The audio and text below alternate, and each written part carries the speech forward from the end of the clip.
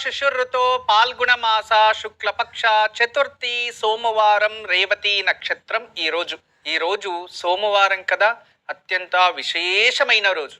ఈరోజు రేవతి నక్షత్రం సోమవారం కలిసొస్తే శ్రీరాముల వారికి పూజించాలి.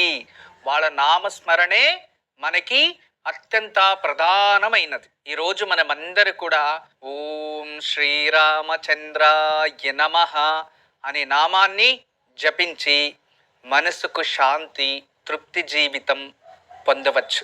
ఎటువంటి మనిషికైనా ప్రతిరోజు కూడా శ్రీరామచంద్రాయ నమః అనే నామాన్ని 108 రోజులు, రోజుకి 108 సార్లు జపిస్తూ వస్తే మీలో ఎటువంటి క్రోధాగ్ని ఉన్నా, ఎటువంటి కోపం ఉన్నా మన జీవితంలో అది తగ్గిపోతుంది.